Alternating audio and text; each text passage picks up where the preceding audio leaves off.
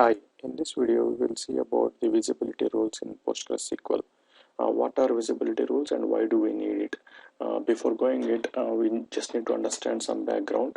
Unlike Oracle database where we have the rollback segments or undo segments and where the previous data in case of update or delete is being kept, uh, in PostgreSQL, we do not have the undo table space or anything like that. The old data or the previous image that is getting modified is stored in the table itself. Then in such cases, how is that PostgreSQL differentiate the actual data and the data that has been modified, you know, and how it shows only the data that needs to be seen, not the previous images of the update operation or the previous images of the delete operation. How it actually maintains that in the same table itself, and how it shows only the required data. It makes use of these visibility rules in order to show the data that is required. So we will go to that, but before going into that we will need to understand some details. So this is my PostgreSQL database.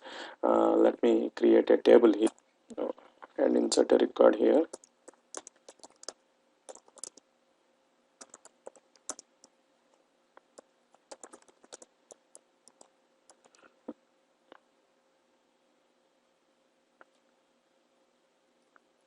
Okay, so if you want in PostgreSQL, every table or every index that is being created will be stored in the form of a file, and the name of the file will be the object identifier of the object table or in the index itself, and that object will be kept in the database subdirectory. Every database that you create slash so every database that you create will be given a subdirectory under the base data directory. I have two databases here, db1 and db2, and each one will be given a subdirectory in the data directory, and the name of the subdirectory will be the OID or the object identifier of the database itself. And in that database you will there will be this object emp will be created, and the name of that emp will be the object identifier of that emp itself. So in our case, where relation is nothing but table here in PostgreSQL, where relation is equal to emp. So 57395 is the OID of the emp that we just created, and where is it sitting? Okay, under the base data directory, under the base, it is sitting at 32813. This is the identifier of my database, and this is the identifier of my emp. So let's go there. Okay, I'm already in that directory of that database 32813. So we should see a file for 57395. The data that belongs to the EMP table comes and sits in this particular directory. Now if this table grows beyond 1 GB, then you will see multiple files, like if it is 2 GB, then you will see a file with extension 57395.1. That means every file will grow up to 1 GB, and if the table grows beyond 1 GB, then one more file will be allocated for the same table. Now let's log into the database and truncate this table.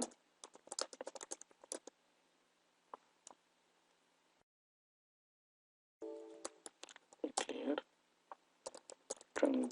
Oh, before that, let me get path again. Okay, now it is 57395. Let me truncate this table. Now check for the same. You see now the table data will be stored in this name 57401. That means for some operations, for the table or the index, for the index reindex, when you run the reindex command, the name of the file that is used to store the data will be changed. That is one more thing. Now let us insert some data and do some other operations.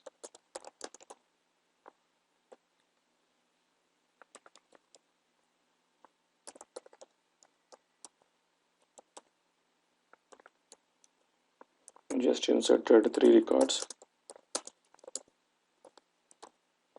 We know that the previous images are also stored. That means when you update or delete in PostgreSQL, the previous images are also stored in the table itself. So let us update or let us delete one record.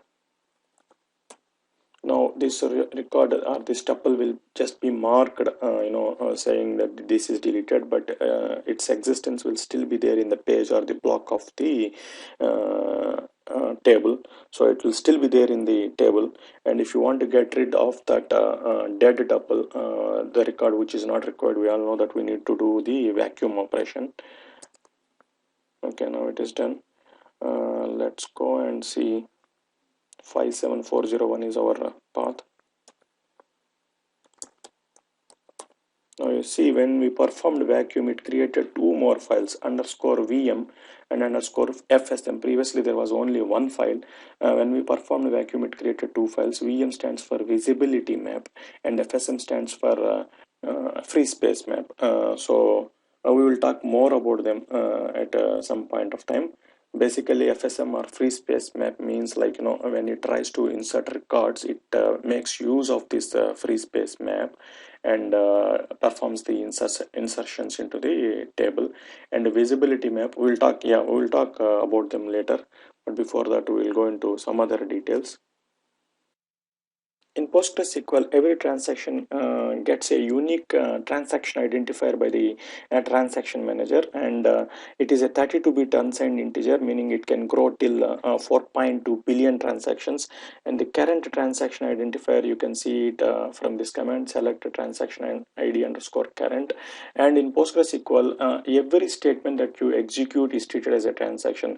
It implicitly assigns it, even if you don't specify the begin statement for you starting the transaction and ending with commit or rollback, it implicitly assigns that begin and end statements. So every statement that you execute is treated as a transaction. So our transaction is 841 now. So let star from emp.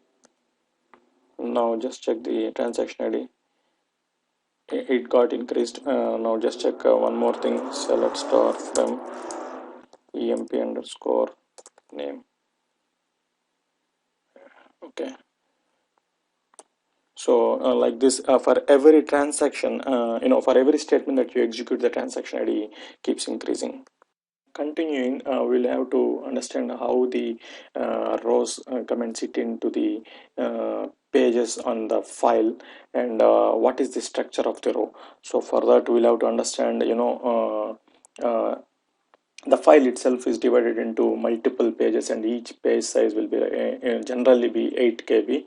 And the data or the records of the tuples comes and sits into the pages, and each page will have a page header and also the item ID pointer, and also the tuples come and sit in the bottom of the page. If you have inserted two tuples, tuple 1 will come and sit in the bottom end, and the tuple 2 will be followed here, and you will have the pointers for these tuples or the records, whatever comes and sits in this into this page here, so that the index entries will be pointing into these item IDs, and the item ID itself will have the pointers to the actual records of the tuples.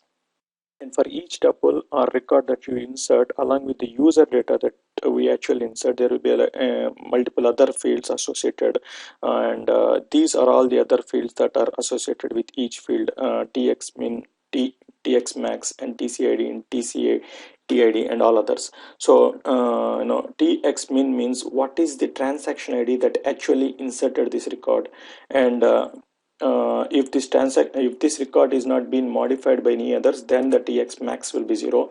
But for example, if this record is being modified by or if this is updated or deleted by other transaction, then tx min will point the actual transaction ID that inserted this record, and tx max will point the the transaction ID which updated or deleted this record, and tcid points the in this particular transaction, whether this is the first record that is getting modified or inserted or updated or deleted. So that will show the count. And TCTID points like, whether the tuple is pointing to the same tuple itself, or is it pointing to some other tuple.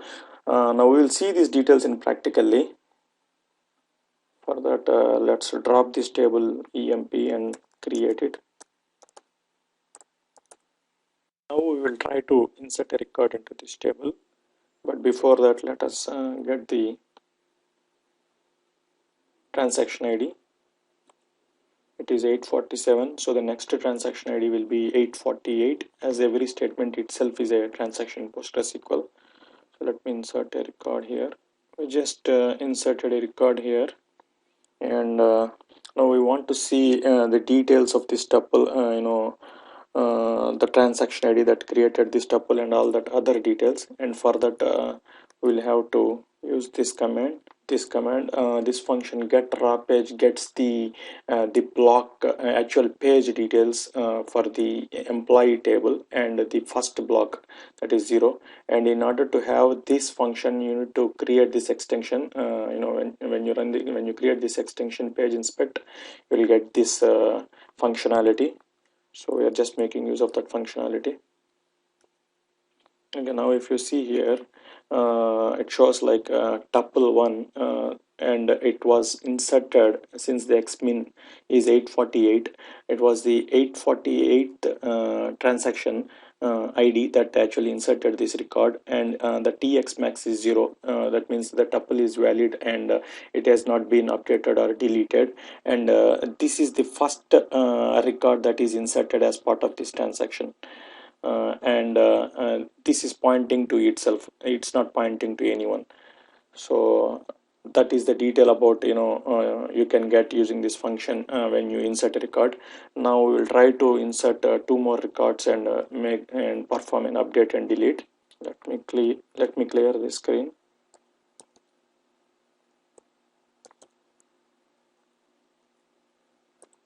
So it shows like, 849 transaction inserted the second tuple, and 850th transaction inserted the third tuple. Let's update a record, delete a record.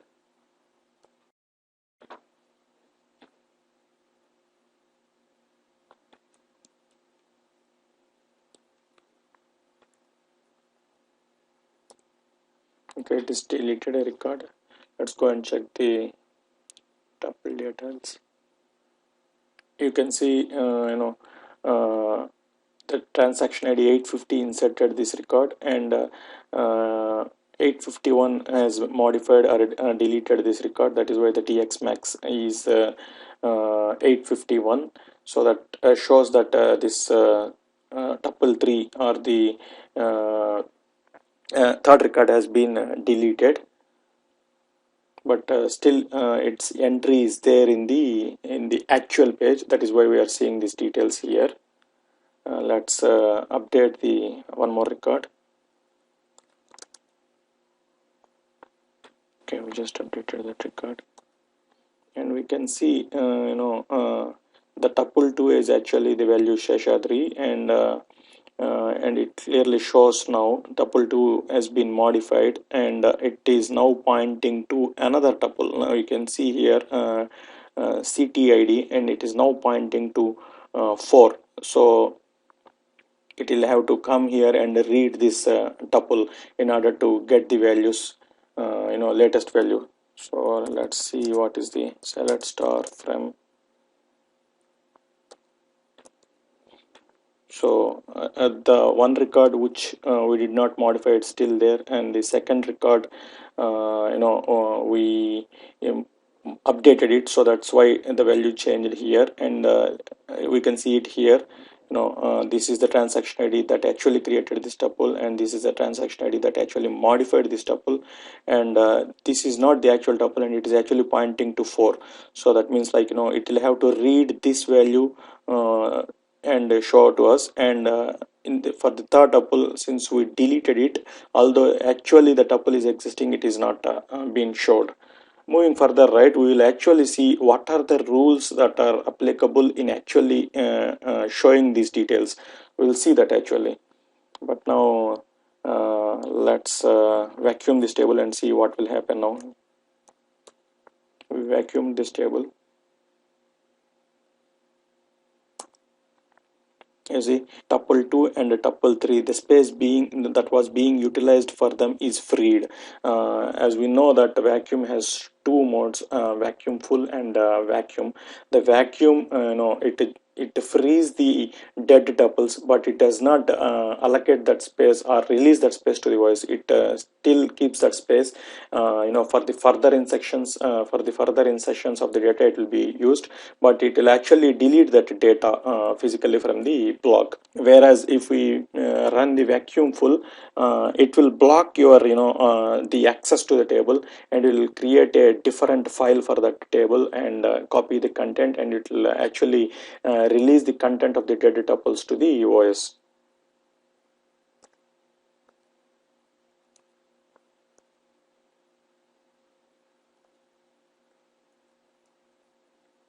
You see here I just performed vacuum full. Now it has actually taken off those two tuples space also. It has released that space and given it to the OS. So and it marked the entries now. Now going to tuple visibility rules. As we stated earlier, visibility rules are a set of rules that determine whether a tuple should be visible or not, based on some criteria, based on xmin of the tuple, xmax of the tuple, and also the clog and the obtained transaction. We know these two constructs, xmin and xmax. This transaction ID that created the tuple, and the xmax is the transaction ID that modified or updated the tuple. And these are all the rules. And before we understand these rules, we also need to understand what is clog and the transaction snapshot. Clog is nothing but an area in memory where the status of all the transactions are maintained. Yeah, it's just like an array in a memory. For this clog, initially a one page of 8 KB is allocated for clog in memory, and in that page, the status of all the transactions, the transaction ID, and what is the status of the transaction will be maintained. And it is maintained in the form of an array, and imagine at a time t1, these are all the transactions, and this table shows 848 is committed and 849 has just been committed now, and these two are in progress. And at a later point of time, time t2, 848 and 849 and 850, these two are committed, and this is in progress, and this is aborted. So this way it tracks the status of all the transactions into the memory. And it also needs to write this information, the clog information, into the disk, so that the reason is when the system shuts down here at 851, and when it starts up, it needs to start the transaction ID from 852. So it needs to understand that detail, and it understands the detail from the clog files that gets written into the disk. And also this information is maintained for every checkpoint. For every checkpoint happening, it writes those details of the transaction IDs and the transaction IDs respective transaction ID status into the file, so that if something happens, it understands, again if system aborts, it understands the details of the snapshots as of the last checkpoint, and picks it up from there. So it is important for the system to write, for the Postgres to write the status of the commit log into the disk. And previously, until version 10, it writes the detail into the pg underscore clog directory, but from versions 10 it started writing into pg underscore exact directory.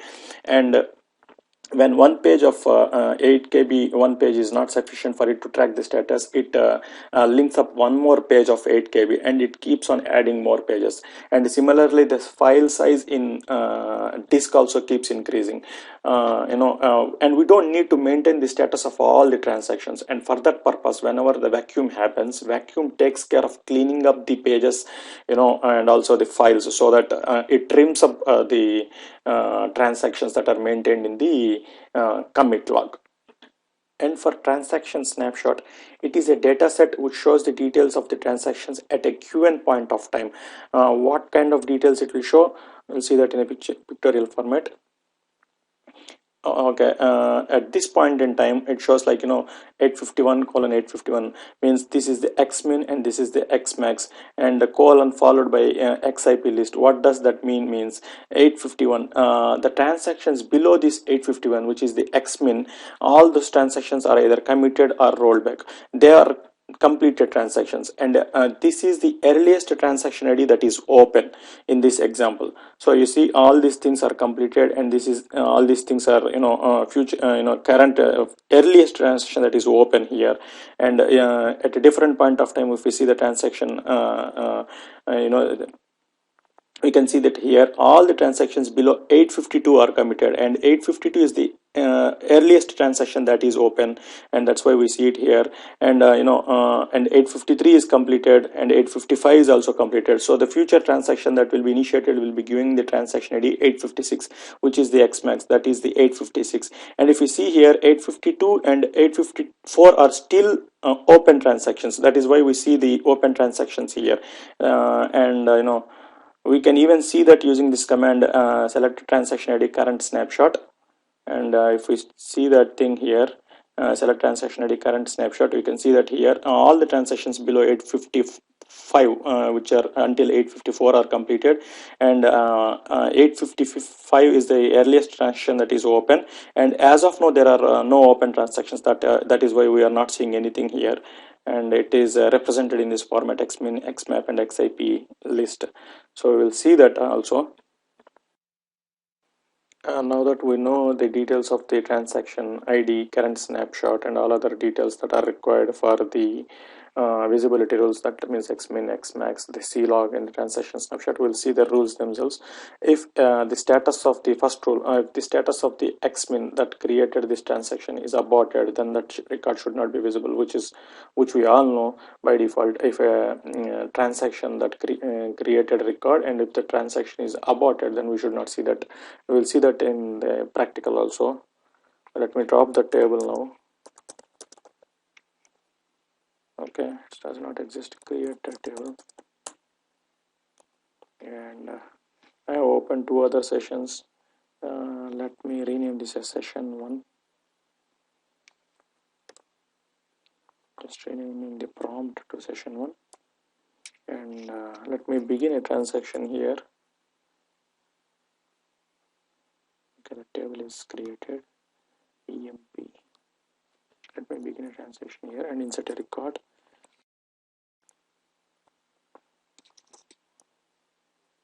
Okay, let's check the page details.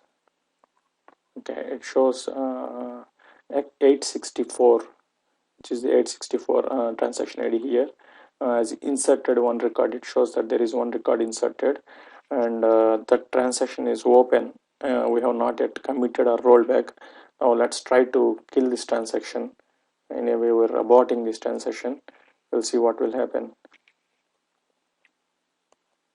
The transaction and the record is still there, and let's try to I have opened one more session here. Let's try to see if we can fetch that record.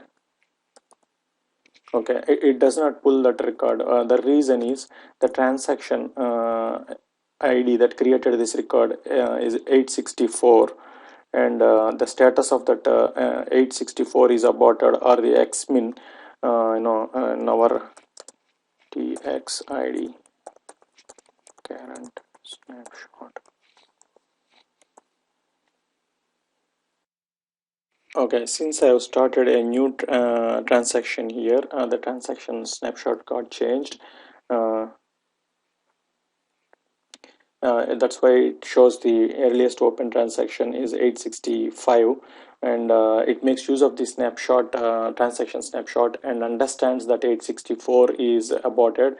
And even though the tuple is there, it knows the status of the the transaction status of this 864. It knows that it is aborted, and that's why it did not fetch in the other session. This is about the rule 1. Now for the other rules, we'll work with a small scenario. What we will do is we'll try to create a table and insert records into that table, and try to update one of the record from a different session, and on other session we will see, like, we'll try to access that table only, and we will see which rules apply to that. So we'll work with this scenario and try to understand, the visibility rules. For that, I will open one more session since I just closed it. Okay, I opened a new session, and let me set the prompts for both the sessions. Session 1, session 2. We'll do one thing, we'll drop this table here and recreate the table and insert only one record from this session, and in the other session, session 1, we will try to update that record, and we will try to view the same table from session 1 and session 2, and we will try to understand what rules or what visibility rules apply at each stage. So we'll do the practical, we'll drop the table,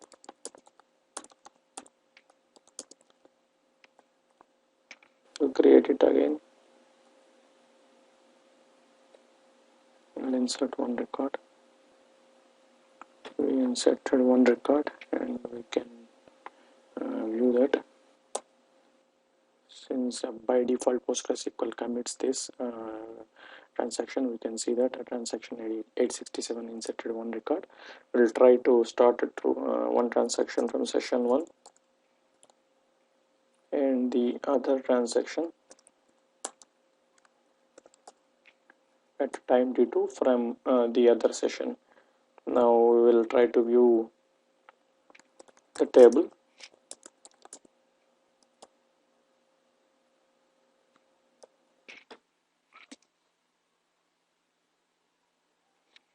Now we are seeing the committed data Praveen in both the sessions, and here the visibility rule that gets applied is rule 6. The status of the xmin is committed. We'll check the transaction snapshot also.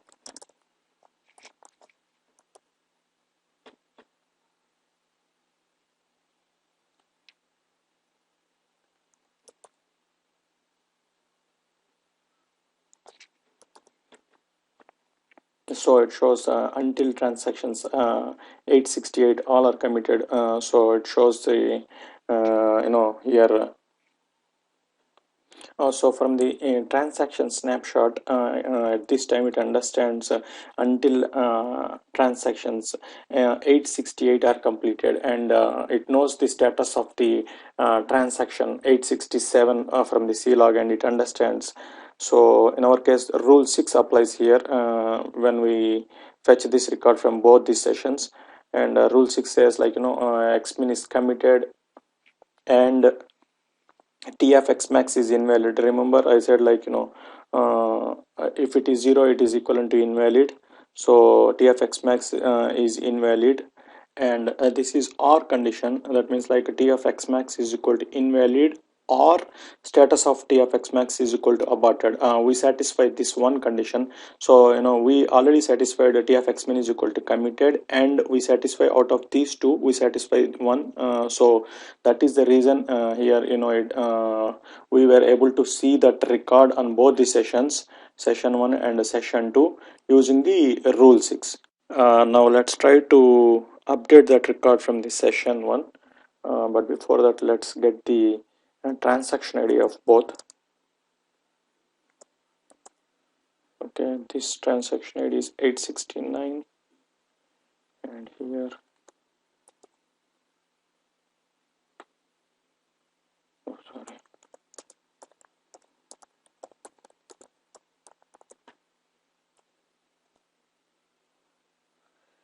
it has aborted this transaction, so I'll have to start this transaction again. Luckily it happened even before we start the actual exercise. Okay.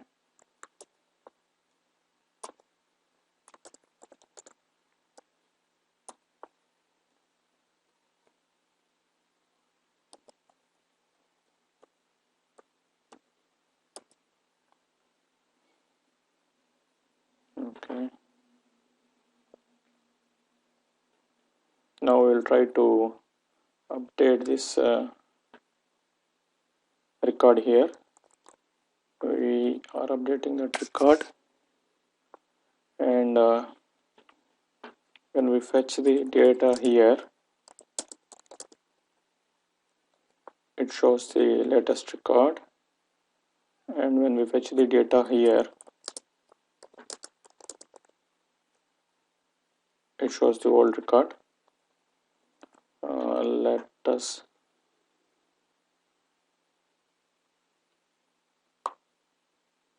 put these details.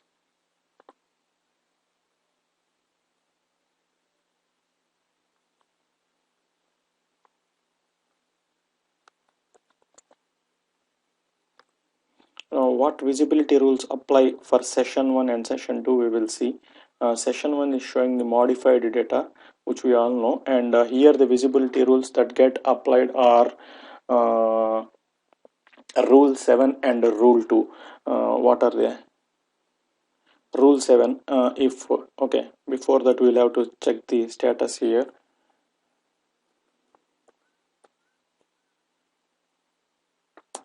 Okay, we see the record, 861 transaction ID inserted this record, and it shows 869 has modified this record, and shows the second record has been created by 869, and the 869 is still in progress. It has not been committed or aborted or rolled back yet. So status of 869 is still in progress, and when we selected the here, it showed the modified value 1c, and here rule 7 and rule 2 applies. What is rule 7? Rule 7 shows why the record 1, why the value 1 Praveen is not visible here. We actually had Praveen value and we updated it to 1c, and it shows why the record 1 is not visible here. It shows like the status of tfxmin is equal to committed, and status of tfxmax is equal to in progress, and tfxmax is equal to current txid. So we see here tfxmin is equal to committed. Here, what is that xmin? Xmin is 867. We'll put that here. Okay. tfxmin is 867, which is committed, and the status of the current transaction, that is 869, or txmax. You see here the txmax is 869, which is the current transaction. That is the current transaction that is modifying 869 current transaction, and we put that here, and status of 869 is in progress.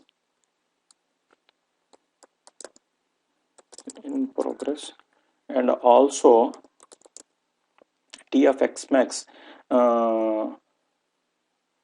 what is that? And 869 tfxmax is equal to current txid.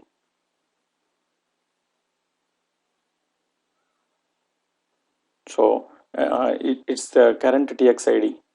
So for that transaction, it is the current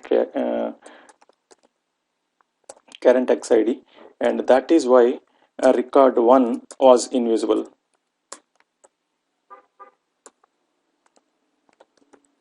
So we satisfied all these conditions, and that is the reason for the session that was updating that record. It was not able to see the value Praveen, and it was showing the value 2. And the reason why it was unable to show the record 1 was this rule 7, which shows like the status of the xmin for that tuple.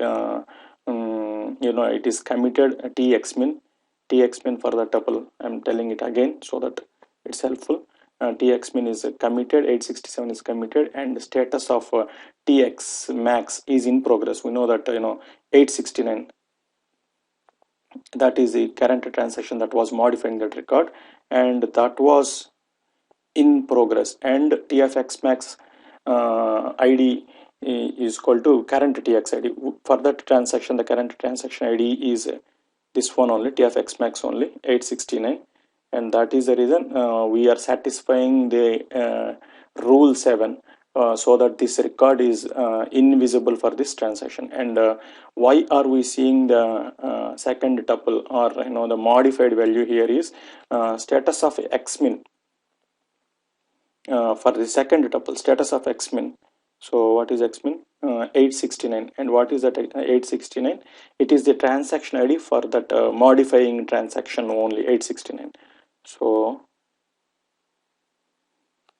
here 869 is in progress, and also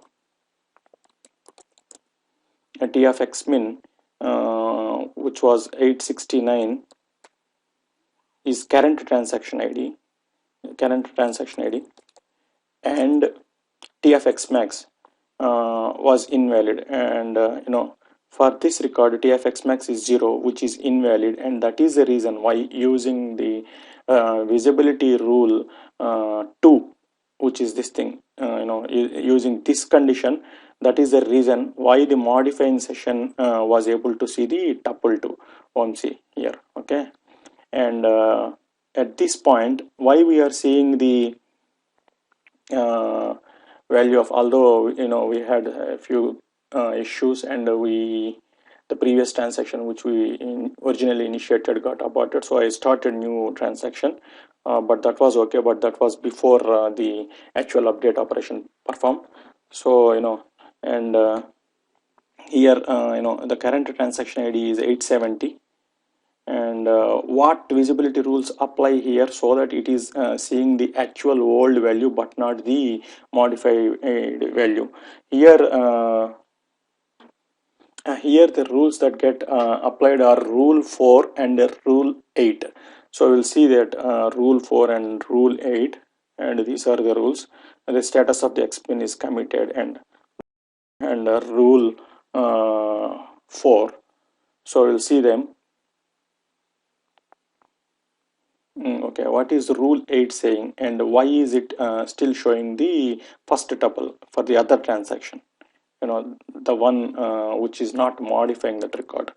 And here the status of txmin is equal to committed, and for the first tuple txmin 867, and we know that status is committed 867. Again, it makes use of the transaction snapshot. And what is the transaction snapshot showing? All transactions below 869 are completed, and from the clog it even understands the status of 867 is committed. And also t of xmax, what is a t of xmax, and for this tuple it is 869, and 869 we know it is in progress. Why?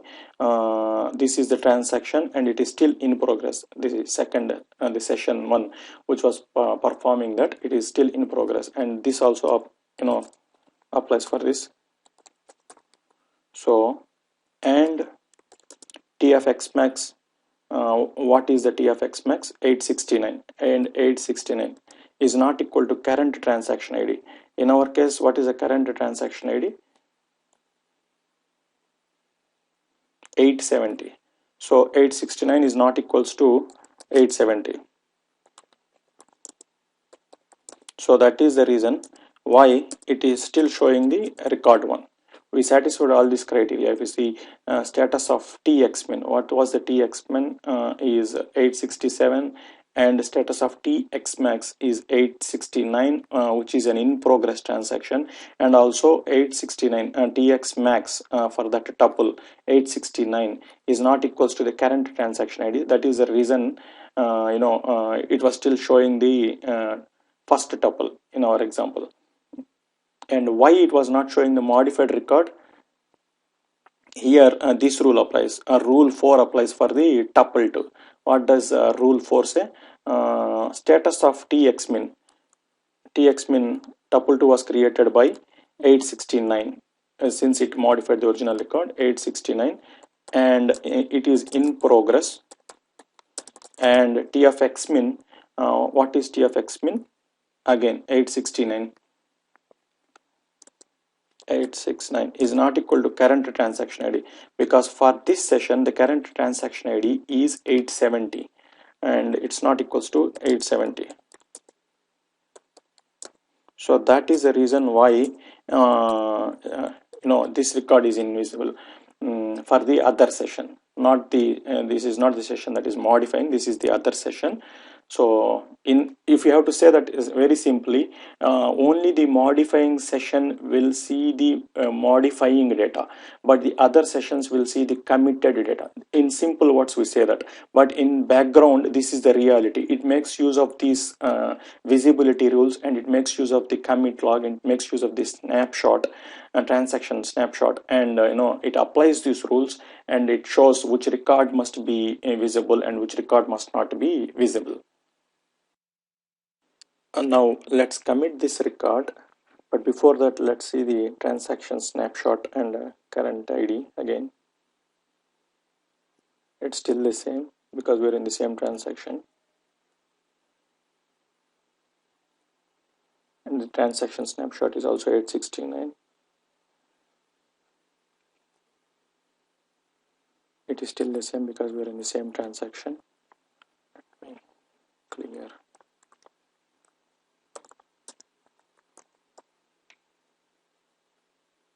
It's in the same transaction 870. The transaction snapshot will also be the same thing. Transaction snapshot does not change across the sessions until and unless there is some change in any of the transaction and it has been committed or rolled back or aborted, only then it changes. So transaction snapshot is 869. Okay, here we don't need to check the transaction ID. And let me commit here.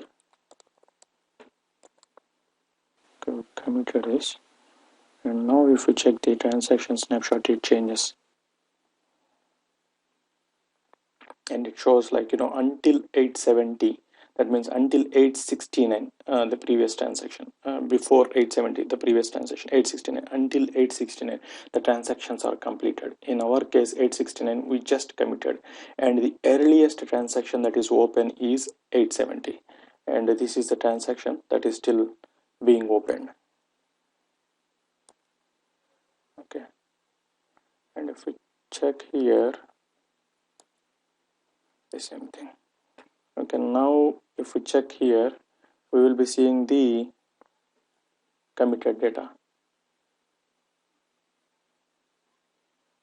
because we just committed, and the what rules are applicable here in order to see the committed data are rule 10 and rule 6. We will see them. Okay, why we are not able to see the first record is rule 10, and what does it say? Let's get this thing here again. Okay, no, what is that? Rule 10, the status of xmin, the status of the xmin is 867, and we know it is committed 867 committed. And status of xmax, what was the xmax? 869, we just committed that also. 869 is also committed. And snapshot for txmax, what is txmax? It is 869, and it is not active because it just completed.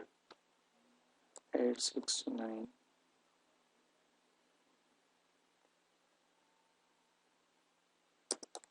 not active. That is the reason why it was not showing invisible, or why is it was not showing the first record. This is the conditions. The status of the xmin that created the transaction was 867, and the status of the transaction that modified the transaction was 869, and the 869 is also committed. And the snapshot shows like snapshot of txmax is not yet. We can see from the snapshot also. Here is the snapshot, txid current snapshot 870. So 869 is not active. So that is the reason why it was not showing the record 1 in this session. And why it was showing the record 2, for that rule 6 or rule 6 applies. What is rule 6? Xmin, status of xmin that created the transaction. Okay, what was the exmin? It is 869. Let's put that here. 869, and it is committed, and t of x max. Okay, and t of x max, we know here it is 0, which is invalid. Invalid, and that's the reason why it was showing the record to. So when we committed and for the third session, in order to fetch the committed data, it was making use of these two rules. Rule 10, so that the first record was invisible, and using rule 2, the second record was being fetched. And this is at the default isolation level, and PostgreSQL operates on a read committed isolation level. That means, like, when a transaction uses this isolation level, a select query sees only the data committed before the query begin. So when we select, we begin the transaction here, but then when we ran this query here, it has to fetch the data before the whatever the data was committed. So that is the concept of the read committed isolation level, and it is the default. And in the read committed isolation level, it made use of these two rules, and it showed the committed data. We also had one more isolation level, but I'm not showing that now. But yeah, I tried that, and it makes use of these two rules. In the repeatable read isolation level, only sees the committed data before the transaction begin, and it never sees either uncommitted data or changes committed during transaction execution. So this transaction has begun, right? So it will still check the old data only. It will show the old data only, and for that it makes use of these two visibility rules, rule 9 and rule 5. But no, not showing them, but I've tried them and they worked. And this is the total concept of the visibility rules, and why a session shows this data like this. Now let's commit here also and come out of this transaction. We committed, and let's see the snapshot. You see this, the snapshot got changed. It shows all the transactions before 871, which are until 870 are completed. We just completed 870, and the earliest transaction that is open is 871. And unfortunately, we don't have any other open transactions. Otherwise, if there are any open transactions, it will show them here. So this is the transaction snapshot detail, and that way we made use of a simple example, and we were able to demonstrate all these visibility rules uh, in order to fetch the data. Postgres makes use of these visibility rules and fetches the data. I hope that was helpful, and this completes the video, and thank you very much for watching this.